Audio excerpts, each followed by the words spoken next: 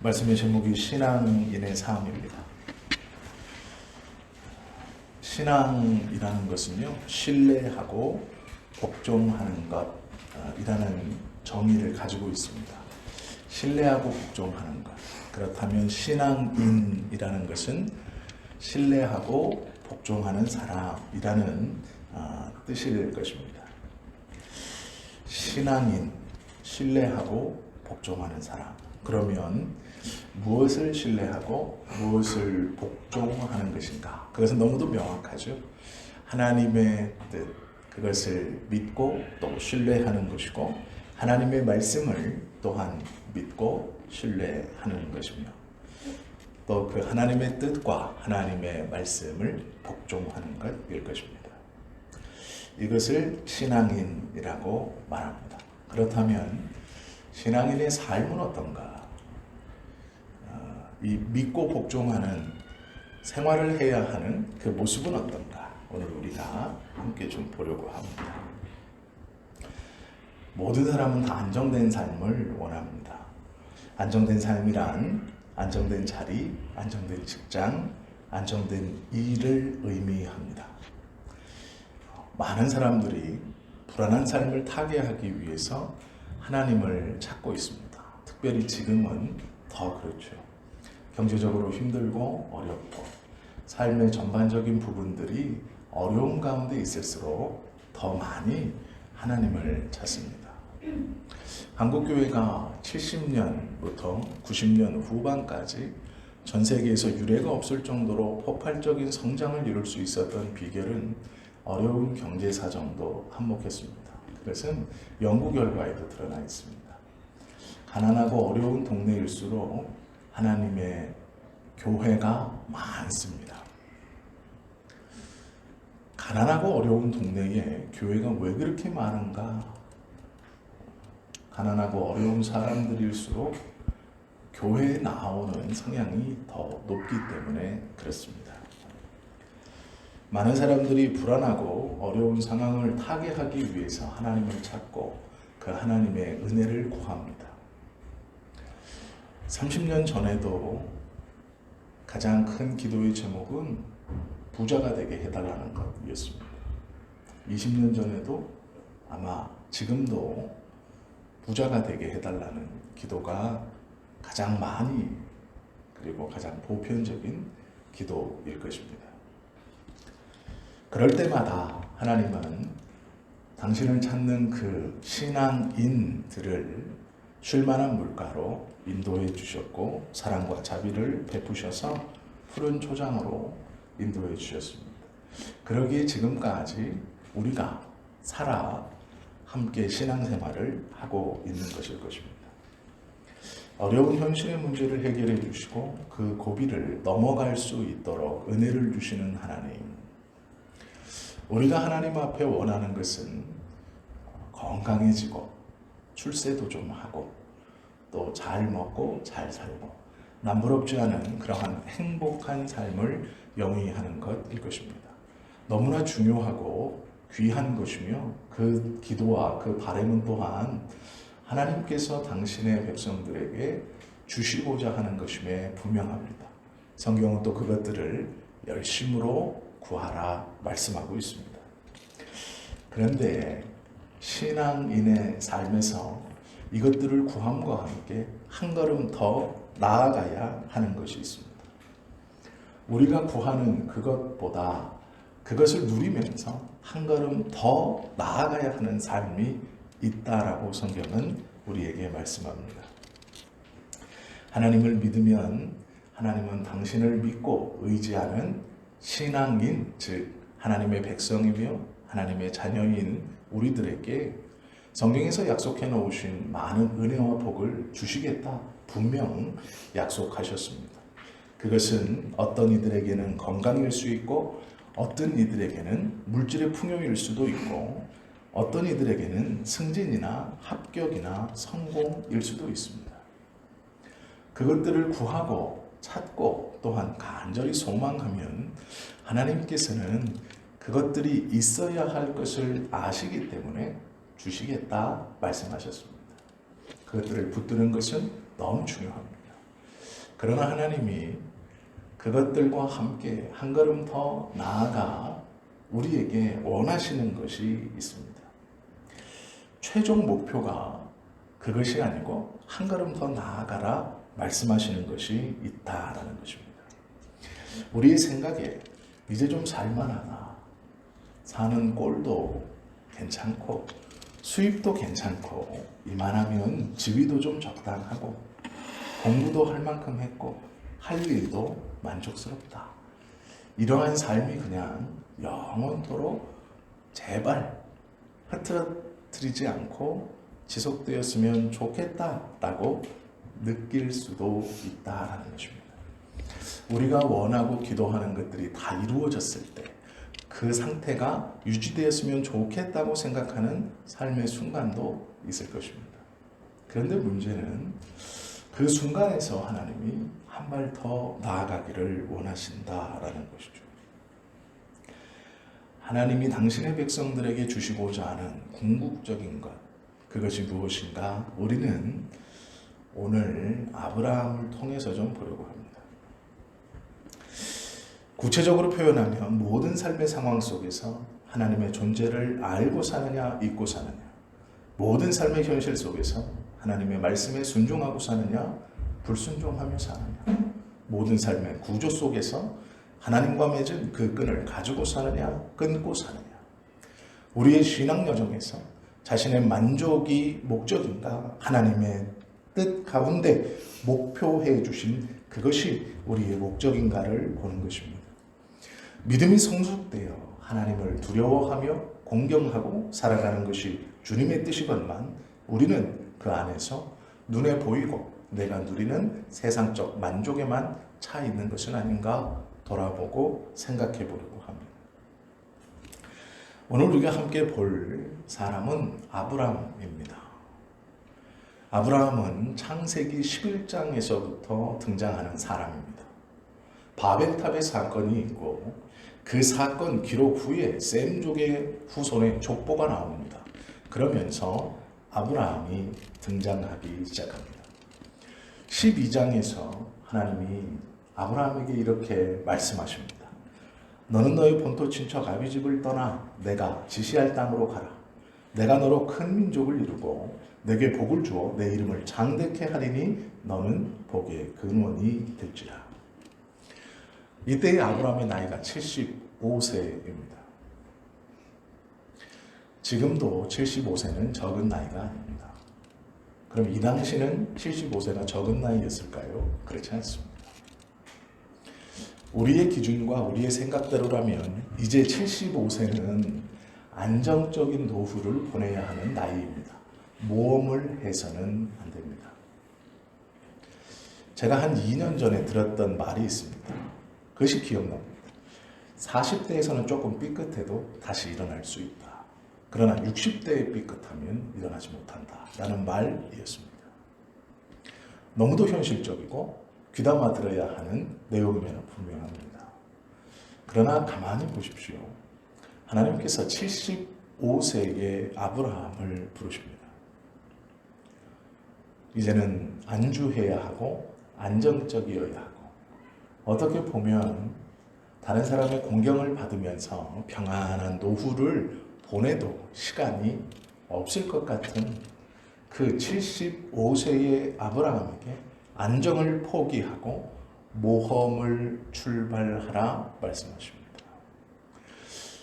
우리가 생각하는, 우리가 하나님께 기도하고 하나님께 달라고 붙드는 그 안정과는 좀 거리가 먼 하나님의 음성입니다.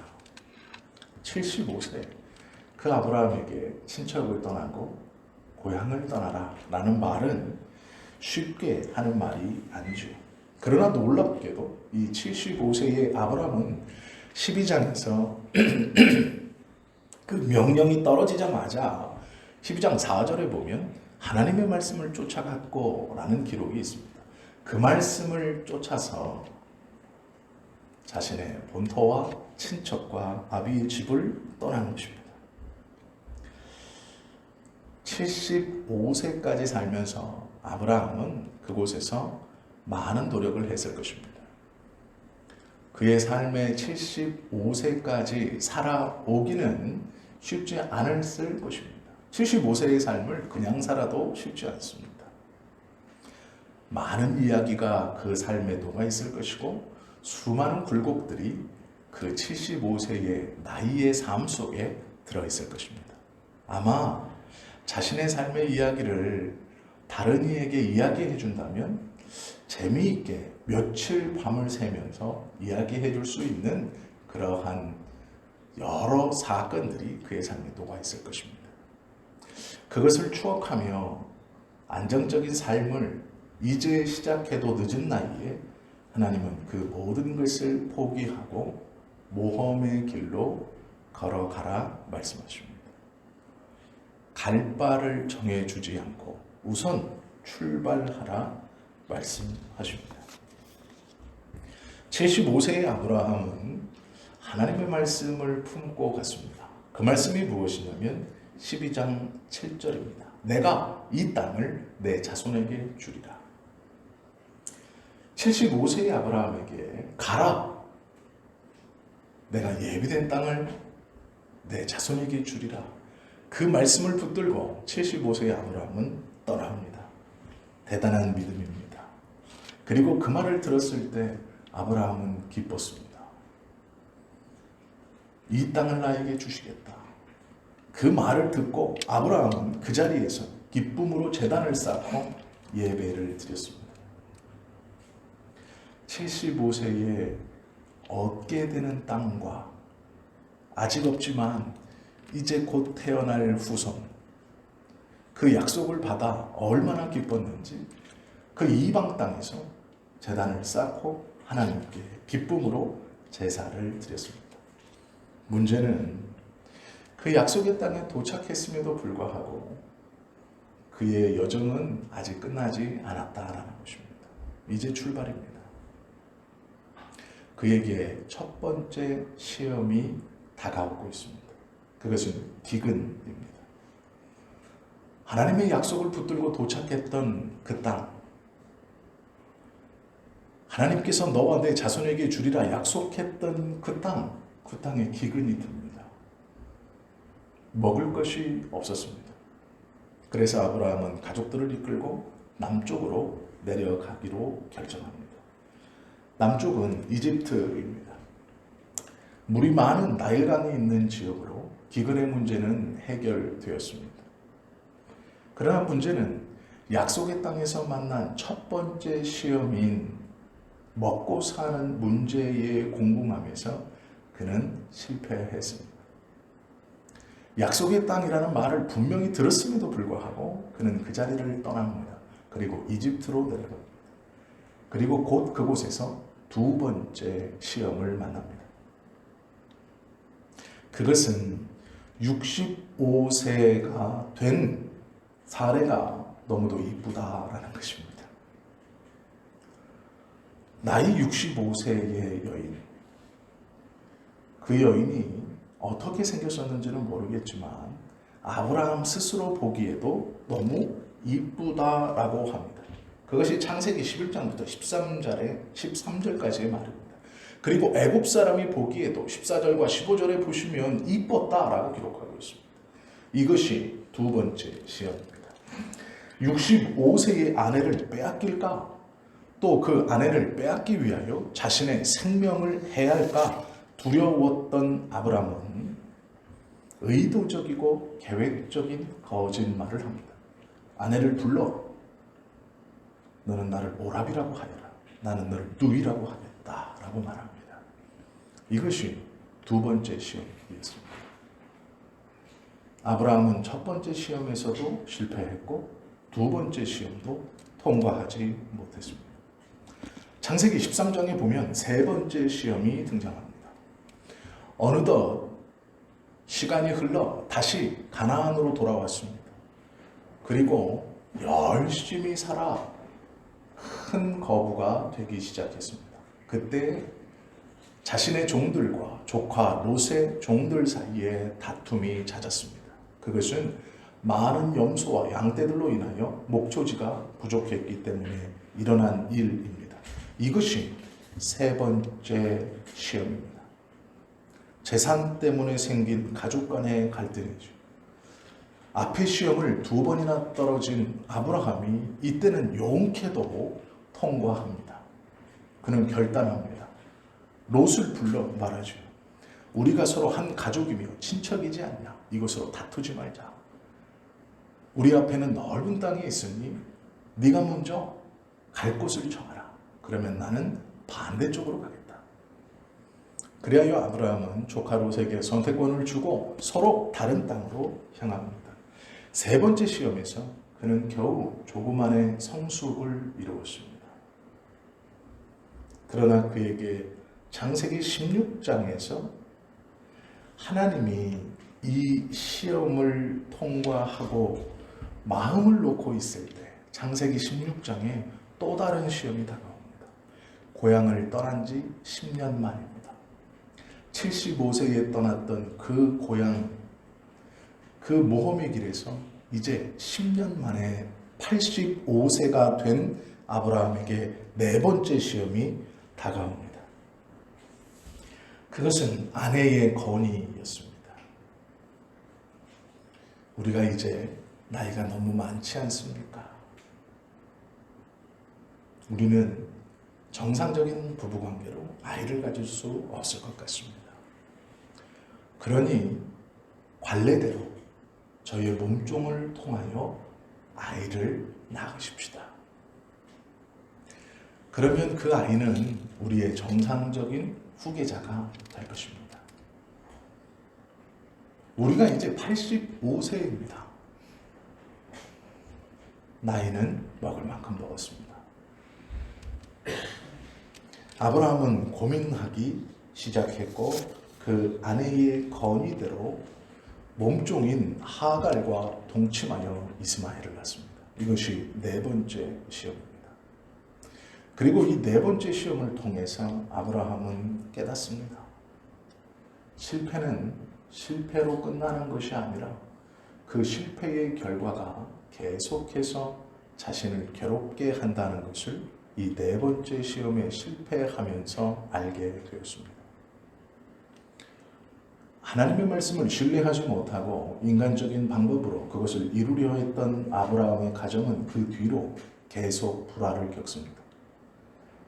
하갈은 그들의 계획처럼 아들을 낳아 이스마엘이라 붙이고 아브라함은 그를 이뻐했을 것입니다. 그러나 문제는 몸종이었던 하갈이 주인이었던 아내 사레를 핍박하는 일이 벌어졌습니다. 가정 안에서 다툼이 시작되었고 그 핍박이 심하여졌습니다. 실패는 단순히 실패로 끝나는 것이 아니라 그 뒤에 그 실패로 인한 괴롭힘과 불안함과 불화와 책임이 계속해서 자신을 따라온다는 것을 아브라함은 알았습니다. 직면하지 않은 문제, 회피하려고만 했던 문제, 인간적인 방법으로 순간순간을 덮어놓고만 지나가려고 했던 문제가 골마서 자신의 삶을 계속해서 괴롭히고 자신의 인생에 큰 어려움을 봉착하게 한다는 것을 아브라함은 알았다라는 것입니다. 실패한 그것이 자신을 괴롭힌다는 사실, 그것을 통해 아브라함의 신앙은 조금씩 성숙해져 가게 됩니다. 네 번째 시험까지 실패하고 난 후 시간이 흘러 99세가 되었습니다. 이때에 갑자기 하나님께서 아브라함에게 나타나셔서 이름을 바꾸어 주십니다. 아브라함에서 아브라함으로 바꿔주시고 사레라는 이름을 사라로 개명해 주십니다. 그리고 말씀하기를 내년 이맘때 내가 아들을 낳을 것이다 말씀합니다. 그리고 그 아들의 이름을 이삭이라고 하여라 라고 말씀하십니다. 75세의 약속을 받고 고향집을 떠나 24년 만에 내년 이맘때라는 확신의 말씀을 듣습니다. 그리고 그 확신의 말씀을 확신시켜 주시기 위하여 이름까지도 알려줍니다. 이삭이라고 하여라.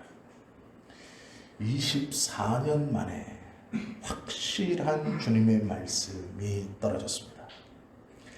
창세기 21장 1절은 이렇게 말하죠. 여호와께서 그 말씀대로 사라를 권고하셨고 여호와께서 그 말씀대로 사라에게 행하셨으므로 사라가 잉태하고 하나님의 말씀하신 기한에 미쳐 늙은 아브라함에게 아들을 낳으니 아브라함이 그 낳은 아들 곧 사라가 자기에게 낳은 아들을 이름하여 이삭이라 하였고 그 아들 이삭이 난 지 8일 만에 그가 하나님의 명대로 할례를 행하였다. 하나님의 말씀대로 하나님의 말씀의 기한을 따라 라고 성경은 말씀하고 있습니다. 아브라함은 보았습니다. 불가능에서 가능을 이루어 가시는 하나님. 할 수 없는 것에서 일을 이루어 가시고 자신의 말씀을 지키시는 하나님. 아브라함의 신앙은 성숙했습니다. 기뻤고 그는 감사했고 찬양했습니다. 그 아이를 낳고 또 10년이 지났습니다. 아브라함에게 5번째 시험이 옵니다. 그것이 오늘 우리가 읽은 22장의 출발입니다. 22장 1절은 그 일 후에 하나님이 아브라함을 시험하시려고 라고 기록하고 있습니다. 이것이 아브라함이 직면한 5번째의 시험입니다. 앞에 4가지의 시험 중 3번째만을 제외하고 모두 다 그는 실패했습니다. 5번째 시험은 아마 아브라함의 생애에서 당하는 시험 중 가장 어려운 시험일 것입니다. 그 약속의 아들 이삭을 낳아서 10년을 키우던 어느 날 하나님이 아브라함에게 나타나 이렇게 말씀합니다. 22장 1절이죠. 그 이후에 하나님이 아브라함을 시험하시고 그를 부르시되 아브라함아 하시니 그가 가로되 내가 여기 있나이다. 여호와께서 이르시되 내 아들 내 사랑하는 독자 이삭을 데리고 모리아 땅으로 가서 내가 내게 일러준 한 산 거기서 그를 번제로 드리라 말씀합니다. 75세의 약속을 받고 고향집을 떠나 99세에 얻은 아들 100세에 얻어 이제 10살이 되었습니다. 약 10년을 키웠습니다. 그 아들로 인하여 기뻤고 그 아들로 인하여 즐거웠고 그 아들로 인하여 하나님의 말씀에 대한 소망과 확신을 갖게 되었습니다. 자신이 언제까지 살아있을지는 모르겠지만 이제 후사가 있으니 그 아들이 하나님의 약속을 이루어줄 것이라는 기쁨 가운데 있었습니다. 그런데 그 기쁨의 근원이고 하나님의 약속의 중심인 그 아들 이삭을 죽여 번제로 드리라 말씀하십니다. 이것은 아브라함에겐 절망스러운 이야기입니다. 이 5번째 시험은 절대로 통과할 수 없는 시험입니다. 그러나 놀랍게도 아브라함은 절대로 통과할 수 없을 것 같은 이 5번째의 시험에 적극적으로 응합니다. 바로 다음 날 이삭을 데리고 모리아산을 향해 출발합니다. 우리는 이것이 시험하시는 하나님의 뜻이라는 것을 알기에 그냥 술술술 읽을 수 있지만 만약 우리에게 이 시험이 던져진다면 어떻게 행동할 수 있을까 고민해 보십시오. 아브라함에게 있어서 하나님은 아이 못 낳는 아이를 낳게 해주시고 재산을 늘려주는 생활에 만족을 주는 그러한 물주가 아니었습니다. 아브라함에게 하나님은 자신의 모든 삶의 인도자였고 아무것도 할 수 없는 자신의 삶을 모든 것이 가능하게 하시는 말 그대로 주님이었습니다. 그것이 75세에 받은 약속이 100세에 이루어지는 그 놀라운 하나님의 역사를 보며 그의 마음에 자리 잡은 신앙입니다. 앞에서 경험했던 4가지 시험 중 3가지를 통과하지 못하고 자신의 생각대로 실패했던 것이 중요한 것이 아니라 통과할 수 없을 것 같은 이 5번째의 시험을 맞이하면서 아브라함은 좀 달랐습니다. 아무것도 없는 곳에서 모든 것을 하시는 하나님, 그 하나님을 믿고 이 5번째 시험을 맞이합니다. 100세에 얻은 독자 이삭을 번제로 잡아 바치라는 하나님의 말씀 앞에 그는 두려워하지 않습니다. 그리고 그는 믿고 있었습니다. 아버지, 나무는 내가 지고 가고 있고 드릴 재물은 어디 있습니까? 아브라함은 확신합니다. 하나님께서 친히 준비하셨으리라 라고 말합니다. 그리고 이 사건 직후에 하나님께서 아브라함에게 말씀하시죠. 내가 내 아들 내 독자라도 아끼지 아니하였으니 내가 이제야 하나님을 경외하는 줄 아노라. 이것이 하나님께서 아브라함에게 원하셨던 신앙인의 삶의 끝입니다. 75세에 불러내어 재산이 많게 성공시키는 것도 하나님의 존착력이 아니었습니다. 아브라함은 믿음이 있는 사람입니다. 믿음이 없는 사람이 아닙니다.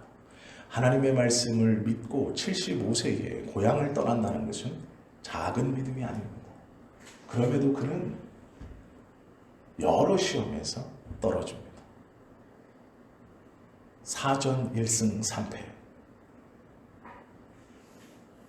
2번을 승리하고 2번을 떨어진 것도 아니고 3번을 떨어지고 1번만을 성공했습니다. 그것도 어쩌면 자기에게 손해가 나지 않는 넓은 땅 중 좌측으로 가는 것, 우측으로 가는 것 뿐입니다. 그것도 남이 아니라 조카 롯입니다. 어떻게 보면 쉽지 않은 것이지만 그것은 조금만 성격이 좋아도 성공할 수 있는 시험일 것 같습니다. 4번의 시험 중 1번만 통과했던 아브라함. 성적을 보면 형편없어 5번째 가장 큰 시험은 그냥 탈락할 것 같은 아브라함이 그 4번과 5번의 시험 가운데 하나님께서 원하시는 믿음의 사람으로 성장하게 됩니다. 그리고 그는 5번째 시험을 통과했습니다. 그리고 경외하는 줄 알겠다라는 말씀을 듣습니다. 내가 이제야 하나님 경외하는 줄 알겠다. 경외는 공경하며 두려워하는 것이라고 사전에 정의되어 있습니다. 공경하며 두려워하는 것. 공경이라는 말은 예의 바른 태도로 받들어 모시는 것, 이렇게 되어 있습니다. 즉 아브라함은 하나님을 예의 바른 태도로 받들며 두려워하는 믿음을 갖게 된 것입니다. 그러기에 하나님의 말씀은 아브라함의 삶에 있어서 거역이라는 것이 아닌 의당, 순종해야 하는 것이었습니다. 하나님께서 우리에게 하나님의 은혜를 베풀어 주시는 이유는 우리가 이 땅에서 물론 건강하고 안정적인 생활을 하기 위해서 베풀어 주시는 은혜입니다. 그러나 그것 위에 한 발 더 나아가 하나님을 경외하게 하시는 것이 하나님께서 우리에게 은혜를 베풀어 주시는 최종 목적입니다. 예의 바른 태도로 하나님을 받들며 두려워하는, 경외하는 믿음. 하나님께서 우리 안에 그 믿음이 있기를 원하신다라는 것이죠. 신앙인의 삶의 종착역은 이 믿음을 붙드는 것입니다. 이 믿음을 갖는 것입니다. 하나님이 지시하시는 땅, 가나안 땅이 최종 목적이 아니라 그 땅을 도구로 하나님을 경외하는 믿음 갖기를 원하시는 것이 하나님의 뜻입니다. 때로는 우리의 믿음을 흔들어 시험해 보시는 그 목적도 하나님을 경외하는 믿음을 갖도록 하시기 위함입니다. 우리가 때로는 어떤 시험에 통과하고 어떤 시험에는 불합격하여서 어떨 때는 나에게 믿음이 있는 것 같고 어떨 때는 나에게 믿음이 없는 것 같은 느끼는 그 모든 순간에 하나님의 목적은 하나님을 어떻게 믿는가?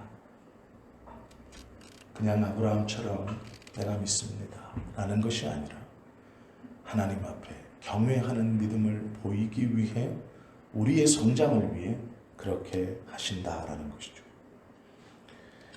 어려움이 있으십니까? 육신이 연약하거나 경제적으로 어려움이 있거나 가정이나 자녀들에게 문제가 있다면 그것들이 회복되기를, 좋아지기를, 나아지기를 기도하는 것과 함께 그것은 절대로 소홀히 여겨서는 안 되는 것입니다.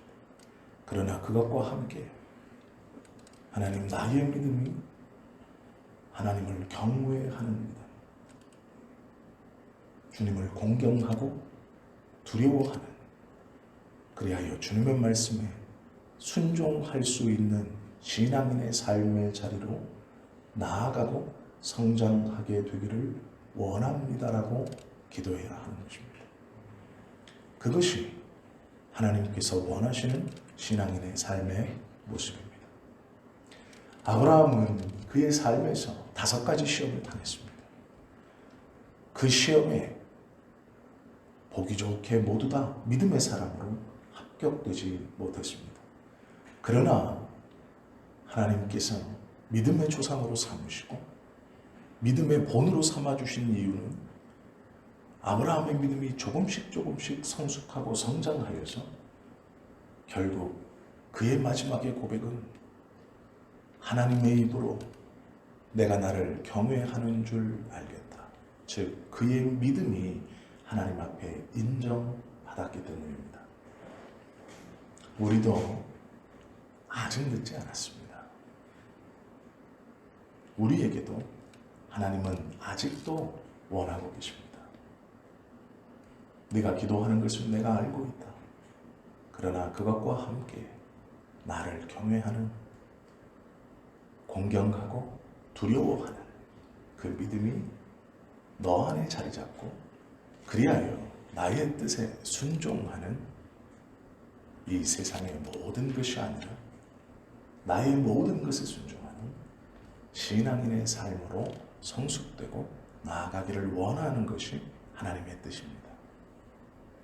바라고 원하기는 이 아브라함처럼 실패하고 때로는 성공하지 못하고 하나님의 시험에 보기 좋게 떨어져서 스스로도 자신의 믿음을 돌아보며 왜 이럴까? 라고 생각하는 자리에만 머물러 계시지 마시고 하나님을 경외하는 믿음까지 성장시켜달라고, 그 믿음이 나에게 있게 해달라고 기도하시면서 하나님께서 삶의 최종 목표로 원하시는 그 신앙인의 삶의 고상한 믿음에 다 도달하실 수 있는 저와 여러분이 되시기를 예수님의 이름으로 축원합니다.